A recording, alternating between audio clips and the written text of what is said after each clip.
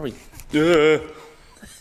This is starting out perfectly. Ladies and gentlemen, welcome back to another episode of Junkyard Digs. I'm your host, Kevin, but today I'm going to be turning the show over once again to one of my co-hosts, Angus, because he's going to tell you the rest of the story of putting his 1965 Dodge D200 back on the road. Let's see how he does.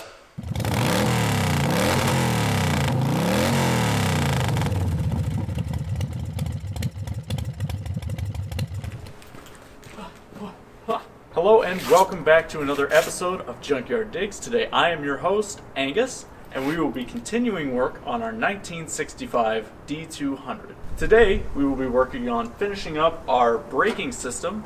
If you'll remember from our last video, which you can find up here, we only finished up the front portion, the front two brakes on this truck just to get it across town. So we're going to finish finalizing the rear section of brakes, putting in a new line where our old line broke, and making sure that our shoes, hardware, and wheel cylinders are all good on the back axle. After we finish up the brakes, we'll move on to the fuel system, hopefully avoid having a boat tank in our passenger seat.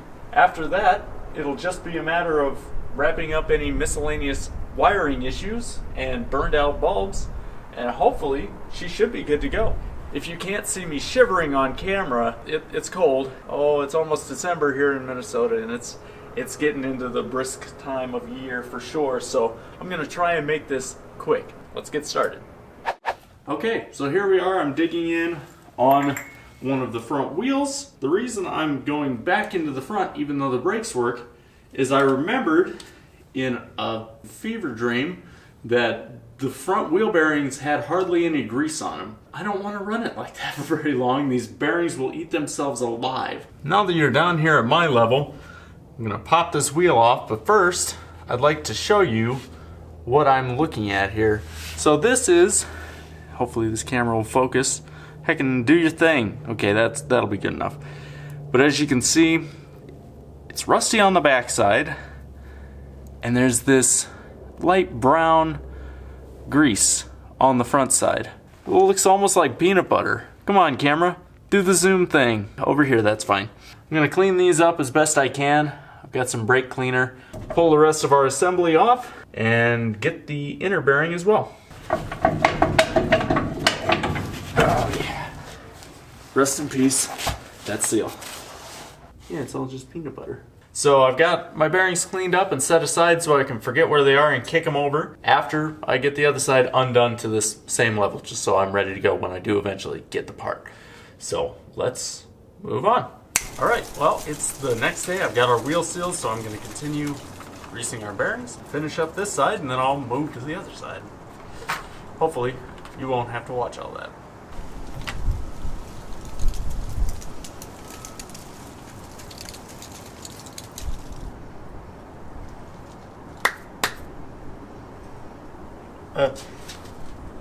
Panic.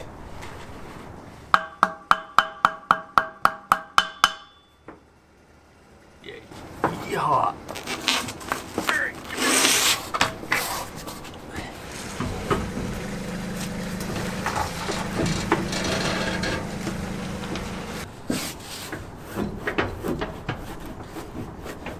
Outer wheel bearing.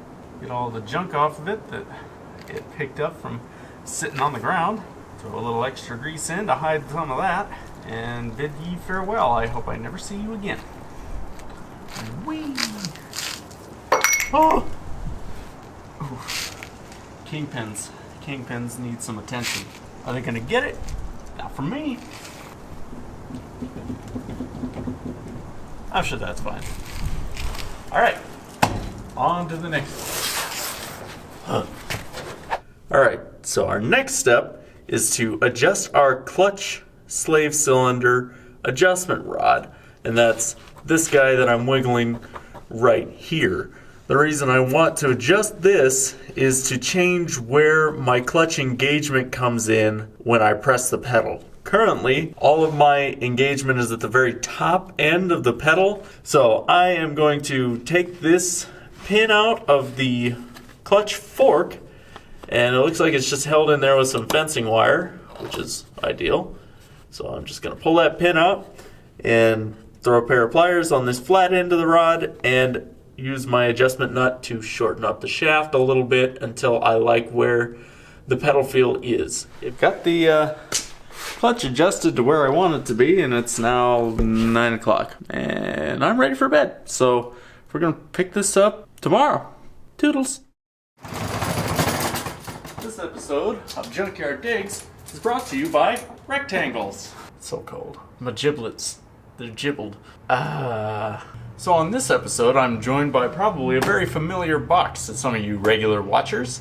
This is our Tang Tools portable tool kit. This is almost an exact replica of the one that Kevin uses on his revivals back down in Iowa, except for I'm the victim of some shipping delays. So I've got about 2/3 of the kit here, and the rest I'm just gonna have to scavenge together or use a pair of pliers. I've got an assortment of metric and standard wrenches. Got a set of 1/2-inch drive sockets, all in standard. I have our 1/2-inch drive drivers and extensions, our 3/8 drive sockets and wrenches, arguably favorite extension ever with the swiveling handle, as well as our 1/4-inch drive assortment of smaller metric sockets and a handful of assorted bits. The other 3 trays are still in transit because apparently the ocean is wet. Any joking aside, I am very happy to have this Tang Tools set with me. I've always appreciated the quality that Tang Tools puts into every one of their parts. I appreciate their modular systems as well as their storage trays. So a huge shout out to Tang Tools for sending me this kit to help me with these revivals. Hopefully it'll cut some time down on the time it takes for me to actually do the work, because in case you may not have noticed, I'm a little more bundled up than the last time you saw me. It is now arguably winter in Minnesota. No snow yet, but I'm sure it's coming, and it's gonna be really, really fun. Well, here we are under the truck. I'm about to replace our bad piece of brake line, or at least the one that I know of. Right here is my vice grips from taking off the old remainder of line, and right here is the sediment that caused our line to go bad. Oh great, now I have to lay in that. I've got a new section of line we're gonna run from here through this cross member, hopefully above the sediment so it doesn't rust out like the last one, all the way up, legitimately 30 inches to our tee-off point from our master cylinder. We've plugged the outlet that goes to the back brakes right there, so I'll pull that plug, put in our new section of line, and then hopefully all it will be is a matter of re-bleeding the brakes, so we have our rear brakes, and we should be fairly good to go as far as lines are concerned. And then we'll go back to our rear axle and see if we can make everything work the way it's supposed to back there in the ominous darkness. Oh geez. Alright, we're back. I've got our new replacement line threaded into place. As you can see, I've got it routed up higher out of the sediment that's down in this pocket. I've got most of that swiped out anyhow though. And it's connected to our rear line going back to the rear drums. Now we're good to move on to the back axle. I can only imagine what level of pain is waiting for me back there with that Dana 70. I think it's a 70, maybe it's an 80, maybe it's a 60. Man, I really don't know anything about this truck. Anyhow, we'll move to the back axle, see what we're working with there. Well, another day, another task. Now's the time to start diving in on these rear drums. I've never done a full floating rear axle drum kit ever, so this is gonna be new for me. I hope I don't have to pull that axle out because I have about this much room. I'm sure it'll be fine. Now that our wheel's off, I get to look at our rear drum setup, and immediately I can see that, yeah, I gotta pull the axle out. For those of you who might not be familiar, sometimes 3/4 tons and most time 1-ton trucks will have what's called a full floating rear axle. Instead of there being a bearing on the outsides of your axle shafts as well as at the carrier in the center of the axle itself does not support any load on a full floating axle. All right, real quick, I'm going to steal the show from Angus. One thing you guys mentioned last time we did one of these is that you missed Kevin giving some tech. He had mentioned full float axles and bearing locations, and I thought, hey, I'm in an office with a computer and editing software, and he is in a wooden shack next to his apartment. So I think I'll take this one. let us fly over to the magical land that is my left monitor. Alrighty, welcome to the magical land that is my left monitor. Woo! I found this image on Google. It shows what I want to talk about pretty good, but I think we can make it a little better. So let's just go ahead and enhance. Enhance and enhance. Oh yes, there, that is much better. Haha. I say that like it was easy, but that took me 3 hours to redraw that whole thing. And that's why today's video is coming out on a Saturday. Anywho, what we have here are your 3 types of axles. 1 being your semi-float, 2 being your 3/4 float, which is not very common, and number 3 being your fully floating axle hub, which is what we are dealing with on Angus's truck today, and something you will see pretty common on anything that is off-road oriented with a larger axle or a 3/4 ton or 1 ton pickup. Let's take a couple seconds here and look at the differences and why it matters. All right, let's start things off with our semi-floating axle. This axle is what you'll find in all passenger cars and most half-ton trucks. For the majority of people, this is pretty much the only thing you will work on. These axles are super simple. They have everything in the center here. It's called your carrier. This right here would be your ring gear. This is your pinion gear. If you want to know more about those in specific, check out the video I'm about to link up here. We tear apart an axle for Wyatt's Mustang a month ago. The blue piece here is your axle shaft. This out here is your tire. As you can just imagine, that's a tire. Woo, smoke, good times. Like I said, this red right here is your carrier bearing, and this one right here is your outer axle housing bearing. All of our curvy yellow spaghetti lines are just a depiction of torque traveling through the axle shaft. So, like I said, these are very simple axles and super easy to work on. They do, however, have a couple drawbacks, specifically the bearing position acting as a cantilever on our axle shaft in the center under heavy load. And that is exactly what these 2 lower images are. Here's our outer bearing. Here is where our load is being placed on the vehicle. So imagine like your leaf spring would sit right about yonder and go all leafy like a leaf spring do. I'm clearly a wonderful artist. Moral of the story, that weight is being put on our axle housing. Well, the axle housing is going to transfer that weight through the outer bearing right onto the axle shaft. Our axle shaft now says, hey, I got a lot of weight sitting right here. I need a way to hold that up. Well, unfortunately, the only place it mounts is a few inches way over here. And because of that, all this weight is going to act as a cantilever and pull that tire up. It's going to bend those axles because all the weight of the vehicle is on the axle shaft itself. Right here is where all that weight of the vehicle is sitting, in the center of that big lever. So clearly, high vertical loads can be an issue. Well, let's talk about a horizontal load. You're doing a donut. Your car is traveling that direction. If you know anything about physics, any action has a opposite reaction, which means all the force of the weight of the car swinging its ass this way is pulling that tire back under the vehicle. Now keep in mind, this tire wants to go out and under the car. It wants to lay flat on the ground, which is putting a lot of weight on our bottom bearing over here now. And once again, we got this lever action because everything mounts way the hell over here. So obviously our cantilever here is the problem. And to fix this, we need to move our point all the way out to the end. Well, how the hell do we do that? Well, ladies and gentlemen, the 3/4 floating axle. So as you can see, our bearing previously sat inside the axle housing way over here, and now it is outside the axle housing right on the end. What? So just like before, we have a lot of weight sitting on top of that leaf spring right here, but now that our bearing is no longer on the axle shaft itself, we're able to keep all that weight on the housing. It never travels into our axle shaft itself. Our axle shafts already have plenty going on in life, so any little stress you can remove from it and place somewhere else is going to make a lot stronger axle, which is exactly what they've done here. So the solution of incorporating a outer hub to hold our bearing on the outside of our housing has solved our vertical weight issue, and we can now carry a lot more. However, these 2 flat roller bearings up here are rectangular shaped and still do not hold up well to either direction of horizontal forces, because the forces are then transferred through the bearing into our wonderful banana of an axle shaft. Anytime something mechanical goes banana, it's generally a bad time. So with that being said, we've now come full circle to what Angus is working on today. This, ladies and gentlemen, is the full float rear axle. What we've done is added a second bearing here. You got an outer and an inner, and you still have your carrier bearing.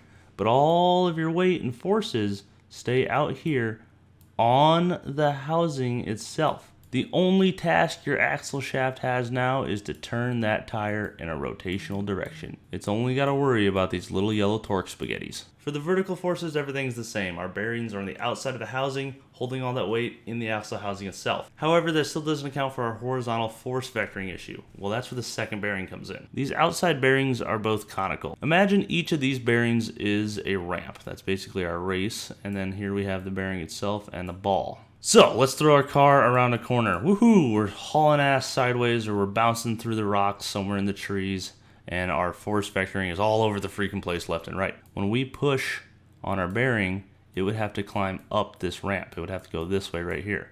It can't, because there's a ceiling, which is this orange line right here. It's the outside of the hub. Same thing if we throw our ass in a circle this way. All the force is going to come on our outside bearing.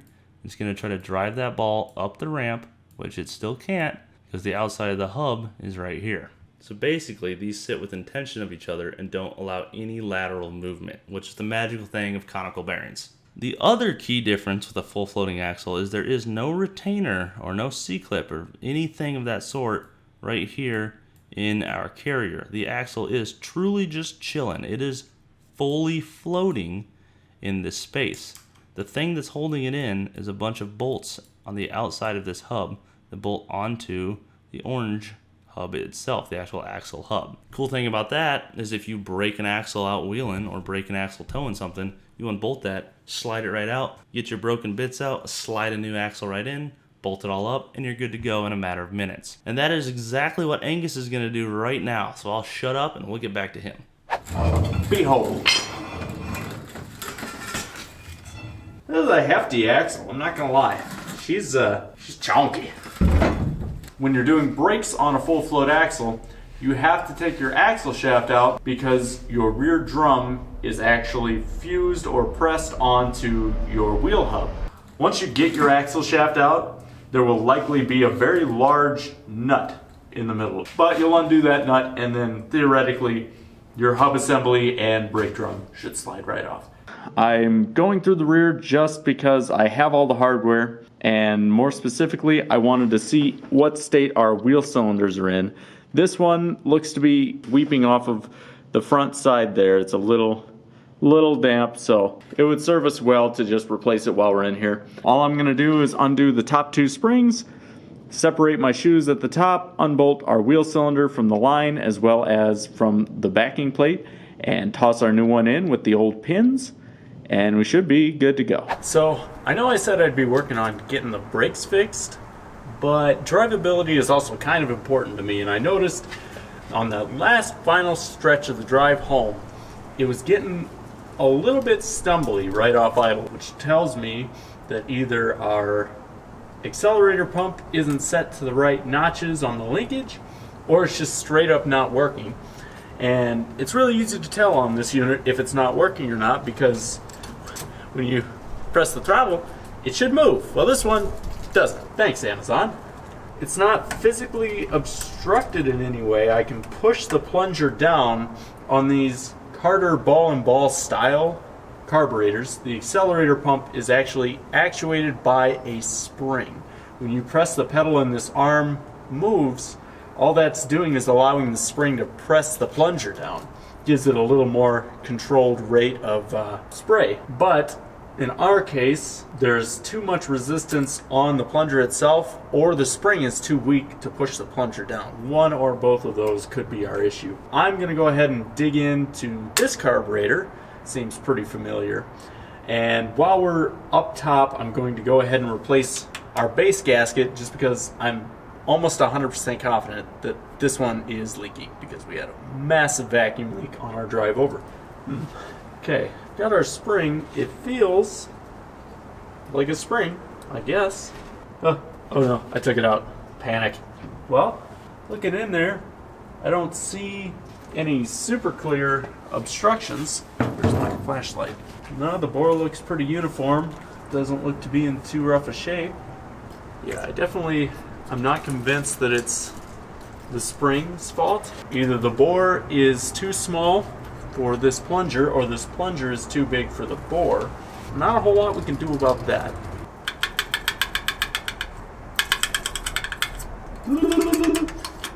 but have you ever considered working?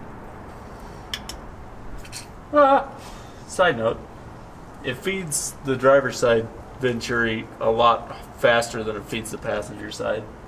I'm gonna run inside, see if I can find the old carburetor, because that would be a good start. Sorry, Kevin, for editing. Good luck.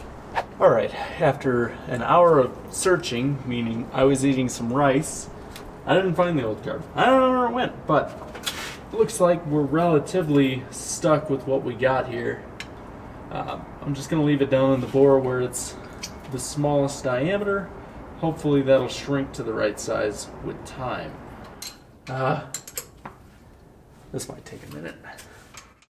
Alright, another day has passed.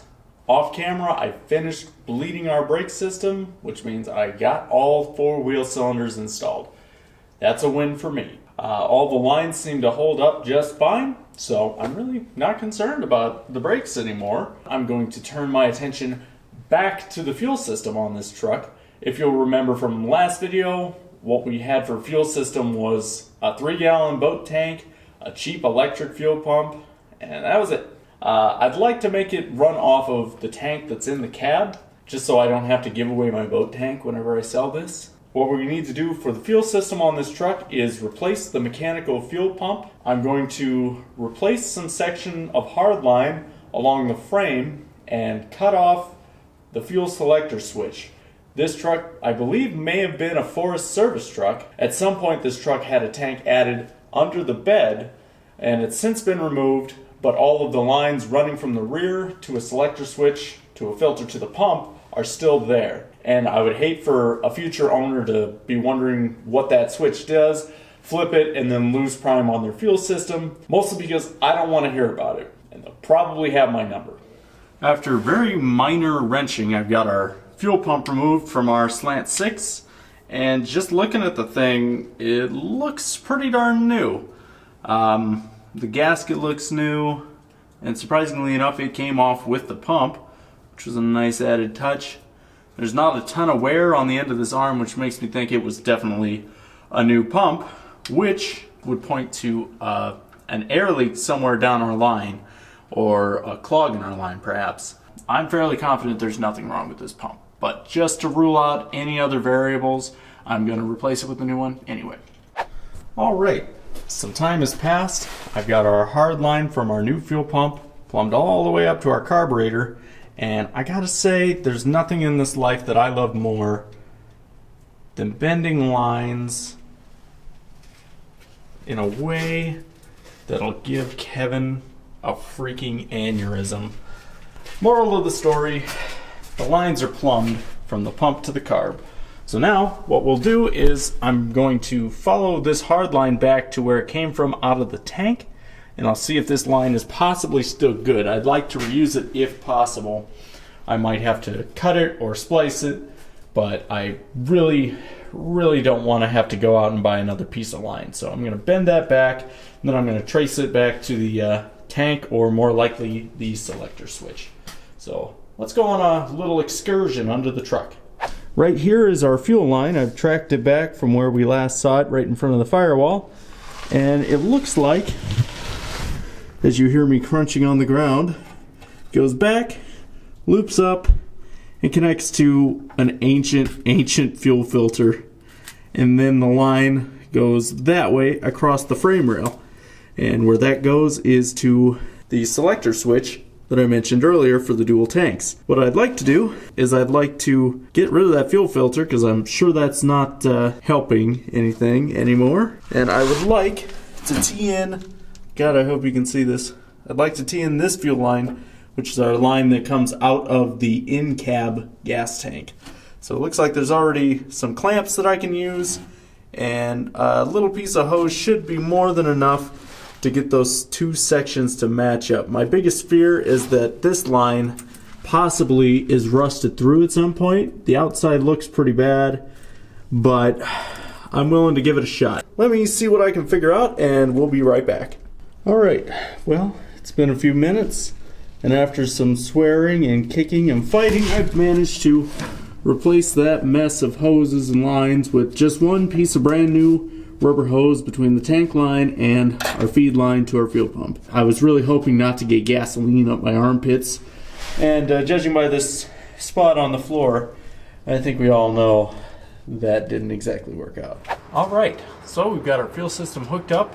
Our brakes are good enough. Let's throw her in neutral. I'll give her a little squirt of starting fluid. We'll see if we can get this to fire up. Let's just see what happens. Yeah, give it some of the good stuff.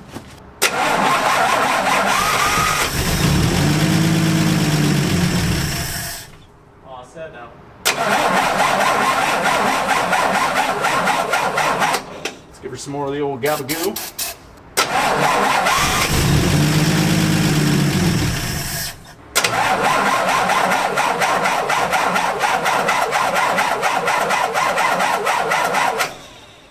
Have fuel? Okay. Well, then what do? Maybe it'll this time. This time for sure. Maybe. Ah.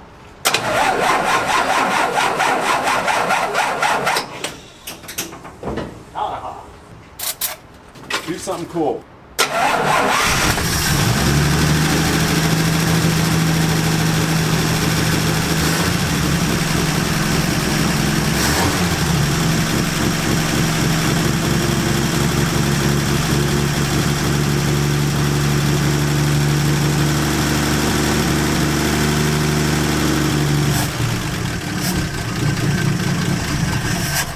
Oh, well, it did something.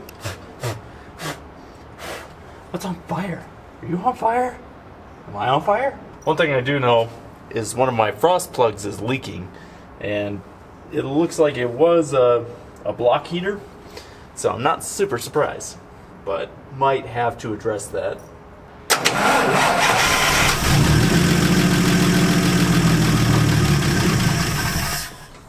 Well, why didn't you like that? Why are you sad now?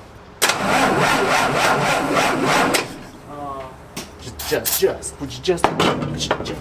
Sure would be nice if I had a working accelerator pump. Amazon.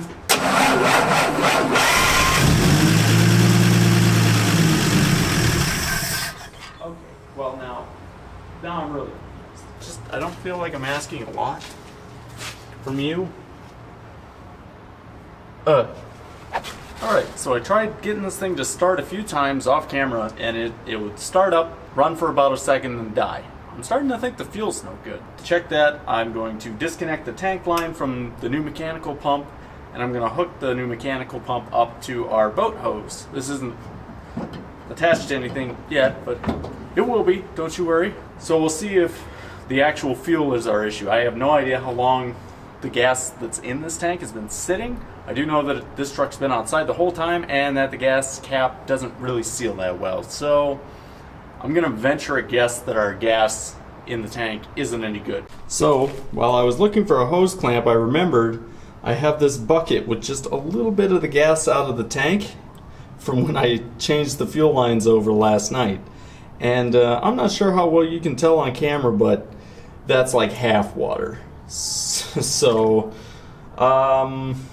gonna go ahead and venture that gasoline is probably definitely our issue. I need to find a hose clamp, and I know I threw one in here. If only somebody had cleaned out all these leaves. We've got our tank supply line pinched off, our boat tank line hooked up to the pump. I just purged a little bit out of this upper line just to hopefully give us a head start. Also hope this thing doesn't catch on freaking fire, but also if it did, I don't know that I'd actually be all that upset. What could possibly go wrong? I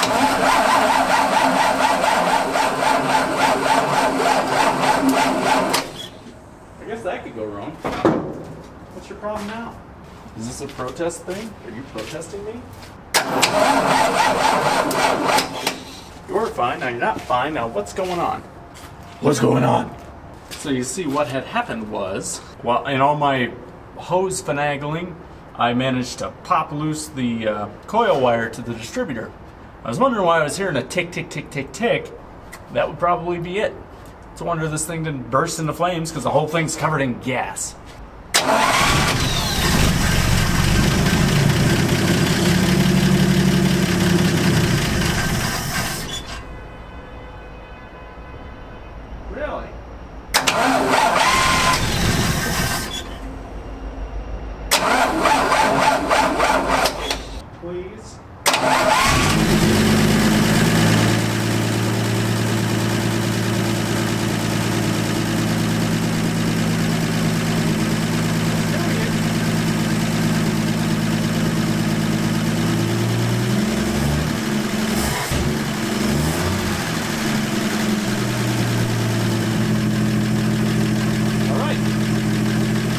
think the fuel was definitely our culprit. Imagine that.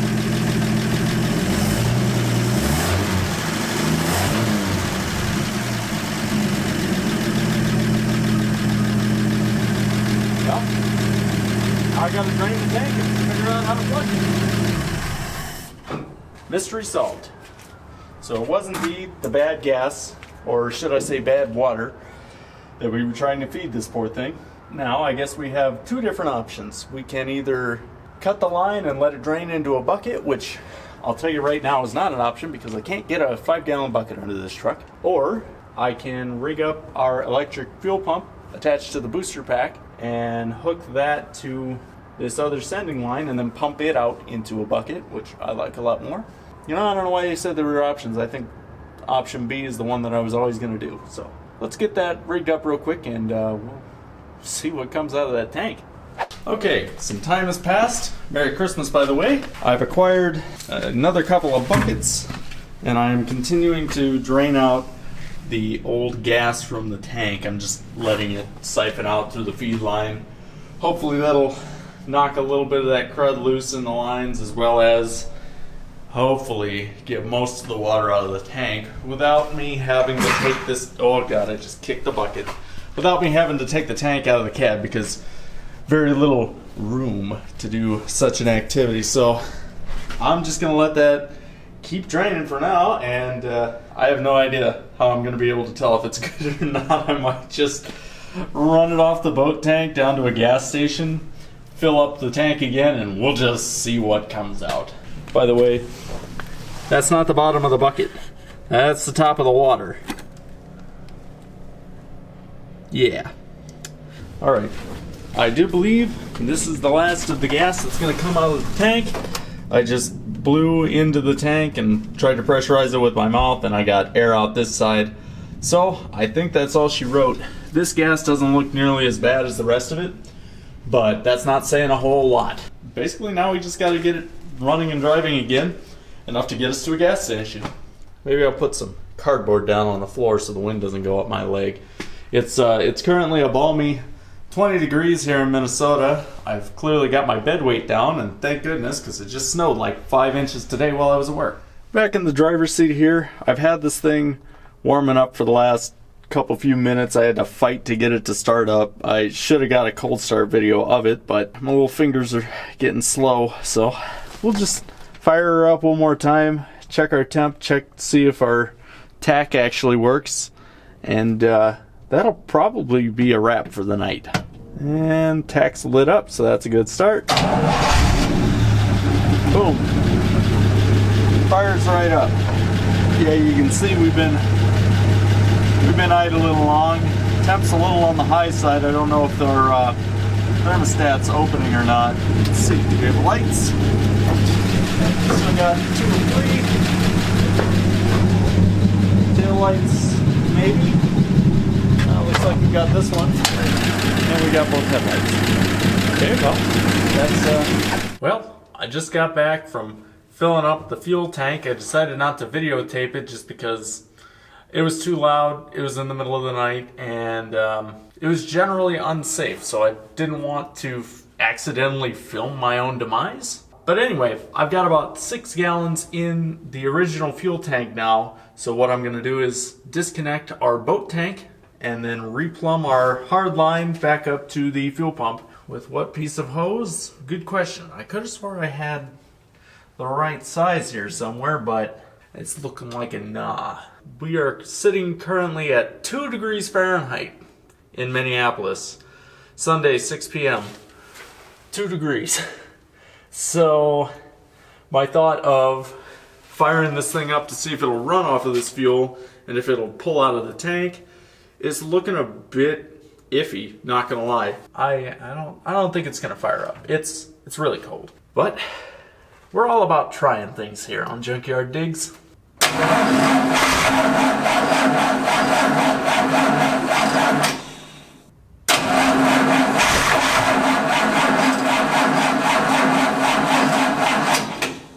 My choke adjustment is a little funny just because I don't have it hooked up, so I'm basically just trying to line up the blade with the with the throttle blades. And it's hit or miss on this particular unit. It doesn't like to be all the way closed, and no choke really will, because a lot of them are designed to completely cover the air inlet and have the force of the air being sucked into the motor pull the choke open as far as it needs to be. I've found that sometimes on aftermarket carbs, specifically knockoff carbs, that doesn't really work so well. So it's a weird balance. Am I even pumping anything? Oh yeah, I am. Hopefully that's not just water. Hopefully it fires up on that. If not, then we're just gonna be done for tonight.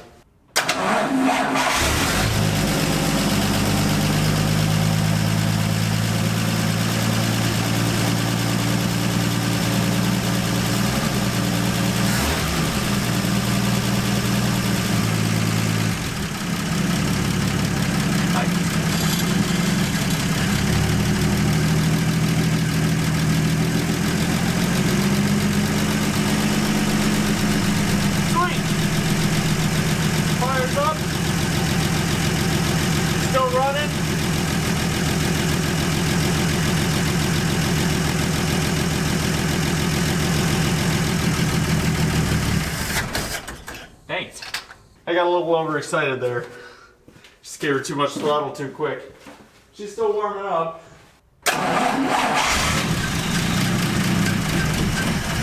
Aw, she's nice. Okay, alright. What do you want? You want a little bit of choke? My theory behind starting it, even in this cold weather, is I want to get fuel pulled from the tank up through the pump and into the carb, just to get a general idea if it's going to run off this. It should be entirely clean fuel, minus the bits that probably aren't very clean. Oh.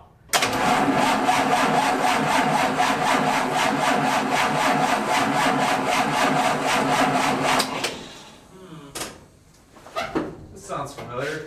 I'm going to hit it with that sweet, sweet violence inducer. See if that gets us a different result.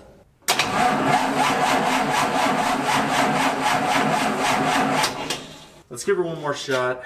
If it doesn't fire up, I'm just gonna call it a night. That was good enough, I heard it run.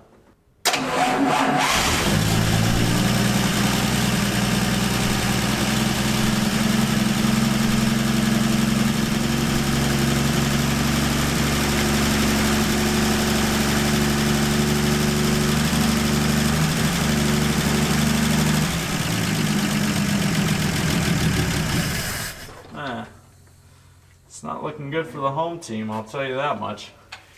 Yeah, I'm thinking we still might be either fighting bad gas or any number of other problems, but I think that's enough racket for tonight. I'll take a look at this. Hopefully later this week it's supposed to warm up. We'll see about that. At least we know it does somewhat run on this fuel. It's not as good as it could be, but Lord knows I still do not want to take that fuel tank out of the cab.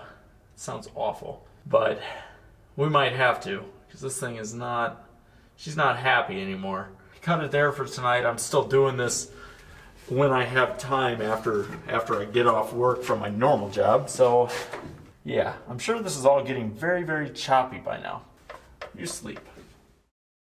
Well, here we are again with my absolute favorite project vehicle of all time. I'm just kidding, I'm really starting to despise this thing. Anyhow, I've been fiddling with it a little bit today off camera, and I've come to what I hope is an easy solution other than taking the fuel tank out of the cab. Essentially what's happening is I can get the truck to run so long as its idle is set really, really high, and it'll run great set like that, which tells me that the fuel is good enough to burn and run off of at high RPM, but at low RPM, it just cuts out and dies, like it runs out of fuel. Initially, I was under the impression that that would simply be bad gas out of the old gas tank, but now that that is primarily fresh gas that I just put in, I'm starting to think we might have another issue, and I think it comes down to our carburetor. I'm looking for any excuse not to take that tank out of the cab. I'm going to go ahead, pop our carb off for the millionth time. I'm going to take it inside where it's warm. I'm going to pop it apart, and we'll see what we've got in there. It's been run for about 25 miles. It's maybe run a total of an hour since I've owned it. We'll just, we'll pop her off and we'll take a look. Welcome inside, out of the cold. I've gone ahead and taken our carburetor top plate off, and I'm just inspecting all the parts that I take off to see if they seem like, well, are they right or are they not? The first thing of note is our accelerator pump plunger. So this is the seal that pushes fluid out the accelerator pump jets when you whack the throttle open. Anyway, this spring pressure is supposed to push our accelerator pump down when that rod allows it to travel. What we were having was too much friction and restriction in our accelerator pump bore. If your seal is too good, or it expands too much in the bore, or, more probably likely the case, the bore is too small, you're not going to have an accelerator pump. I mentioned this before, I'll mention it again. This particular unit came from Amazon, so this is probably a Chinese knockoff. It was $70. So I'm not surprised that I don't have an accelerator pump because of this. So that's issue number one. Issue number two is right here in the center, there is a plate that controls two rods, and it's spring operated, guided by this screw simply for direction. What this is if you're familiar with Edelbrock carburetors at all, this is another enrichment cycle, essentially. Your two main jets for each of your barrels on this two barrel are right under this plate. There's two rods right under where my fingers are that sit inside those jets. These are called metering rods. And these metering rods are attached to a plate, which is attached to a plunger, which is controlled by vacuum signal from the manifold. So at high vacuum, which means in idle situations or just off idle, it does essentially the same job as a power valve in a Holly or a Ford style carburetor. So as vacuum increases, it pulls this plate down, pushes the rods into the main jets, essentially making them smaller, allowing less fuel to flow. If you whack the throttle, you'll get both of your accelerator pump, as well as this plate should rise to the top of its bore, pulling the rods out of the jets and allowing a bigger orifice for fuel to flow through, because your motor currently needs it. What I noticed about it is this plate doesn't always ride evenly. Like it's very sticky. It catches in the middle if it's not set right. I'm gonna pop this screw off, and I'm gonna pull our metering rod plate out and our metering rods, take a look at them, make sure there's no junk down in the jets, and we're going to work on addressing why this isn't riding very smoothly. Hopefully it's as easy as drilling out the guide slot so that it slides up and down on its pin a little easier. Worst comes to worst, there's no fixing this, and this was maybe our problem, which would be nice. I like having easy solutions. So I've gone ahead and removed our metering rod assembly. This includes the plunger, another spring-loaded vacuum seal, as well as the top plate that guides the metering rods. Just looking at it, I can see that this side of the tab is bent down, and that's right where that guide screw is supposed to touch this plate, so I think that might be our binding issue on our metering rod assembly. So I'm just going to bend that flat, and we're going to call that a day. If it still rubs, $70. On the other hand, we've got our emulsion tube and dog leg assembly here. These brass tubes right here, these are the emulsion tubes. They've got very small holes running down the middle of them that allow just a little bit of fuel in, a little bit of air in, and they help cavitate everything, get you a good start to a good air-fuel mixture. Those lead up to the dog legs, which are just holes inside these venturis, which allow fuel to flow into each of your carburetor barrels and then into your motor. All of this assembly looks good, it's clean, so we're just going to slap this all back together and we're going to move on. I think what we learned, it's not a carburetor issue, so I guess we'll just go ahead and take the tank out after I put this all back together. Hello. You're joining me from just outside the cab. Oh, it's touching me. Get out of here. Sorry, Kevin, this is going to be a really long clip because you're all the way over there. First step to taking the tank out, I gotta get the seat out of the way, which should be simple, but seeing as I hate this truck and it hates me back, I bet it won't be. What kind of animal died back here? Oh, 10 mil. I found a 10mm wrench behind the seat. Ha! Take that, the universe. Come on, seat. Come here. Oh, no, not that way. I just want the back. Okay, so the whole seat comes out. I see. What in tarnation is going on here? The hell was that? There's a lot of nuts under here. I must concede that didn't work. Okay, bye. I have to lose this clamp. Or better yet, drop it in the tank. Wouldn't that be a bag of hammers? Oh. Ew. Oh yeah. There's still a bunch of water in the bottom of the tank. Maybe if I just cut the hose off, it won't suck up all that garbage. Heck. Alright. Gas tank thing. Give it. Give it. Oh. Ah. Oh no. Give it. I'm realizing this clip's gonna be like 20 minutes of Angus screaming. Yeah, I guess that works. Okay. Sure, yeah. Yeah, we'll go with that. Second time's a charm. Oh, I said second time's a charm. Ow. Ow. Please. Ow. I am not having a good time. Bonk. Okay, it's gone now. Bye. I almost lost my cool there. You heard it here first, folks.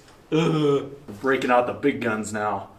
Out of our Tang Tools portable tool kit. Just can't help but notice that that's the wrong size. Way to go, Tang Tools. Gosh.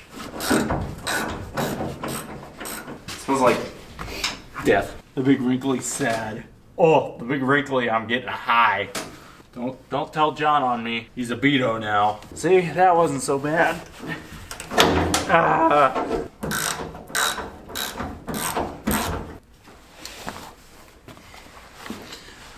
I'm not really sure what this is. Actually, no, I'm pretty sure I know what it is, but I don't know why it is. Okay, well, we're just gonna... I'm kind of afraid to put my hand down here. What if the rest of that thing comes to get me? Maybe it's the killer raccoon from the camper episode. Give me the bolt, give me the bolt. I just want to get the water out. Is this the longest one? I don't feel like this is a lot to ask, Dodge. Hey, there's the tooth. Look, that's all, folks. Woo. Steering wheel's in a fun place. Sorry, a little gassy today. I had a bagel for dinner. And for those of you wondering what that has to do with anything, it doesn't. Oh, no. That is not the solution. I get it. It was just really heavy. Of course. Why didn't I think of that? Woo. Steering wheel. Come here. Oh, it's working. It's working. All right. Don't tell my mom or the EPA. I don't know who I fear more at this very moment in time.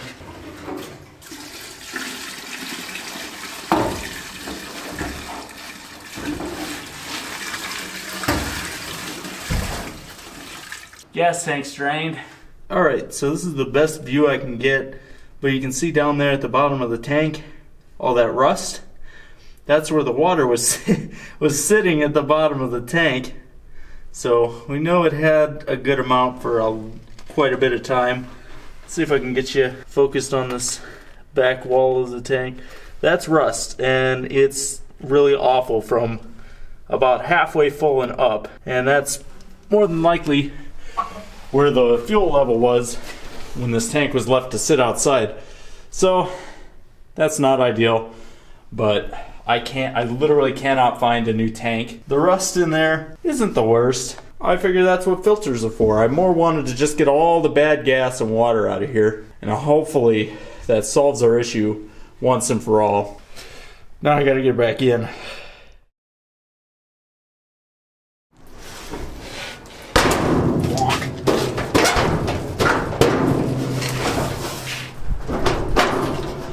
I got the hood stuck on my door.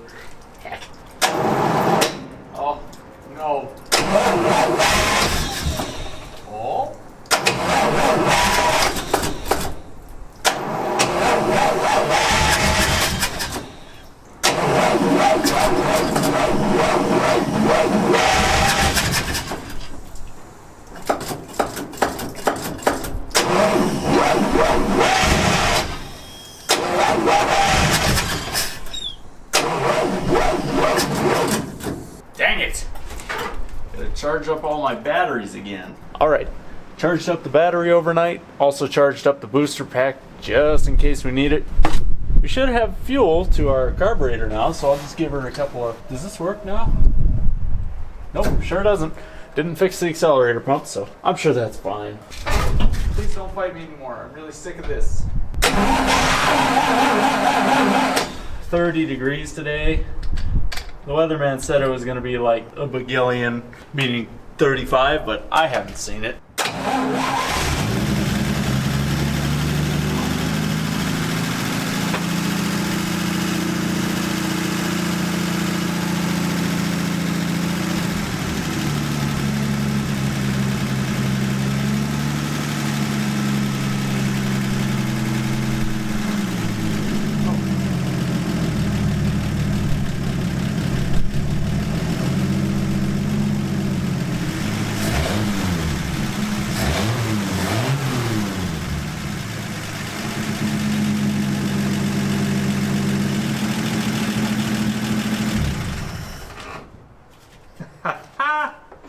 Sweet. Honestly, that was a lot more work than it really should have been. I should have known better to check the fuel system myself first.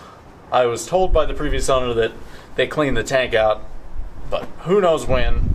It's got rust in it now, and it was half full of water, I swear. All of my buckets have a layer of water at the bottom of the bucket, so it was sucking water most of the time, so no wonder it wouldn't run off the tank the way it was. But we got it sorted out now. Nothing but good gas in there and probably some rust, but that's what the filter's for. And with that, I think that's just about everything that this truck needs. Runs, shifts, brakes, tires, hold air. Yeah, that's all you need. Actually, I guess that's not everything we need to drive this truck around. See, I never got a title from the previous owner, so I can't just drive it. I mean, kind of, I can. But if I were to get pulled over, I have no proof of owning this vehicle. I don't think that's a really good idea. We might head out on a back street real quick, rip a couple donuts in the snow, and that might just have to be the end of this video. At least until I can get a title, there's nothing else I can really do with it. For now, I'm gonna put all of my Tang tools back in their assorted carriers, clean up around my garage here, and I don't know, maybe we'll go do something fun.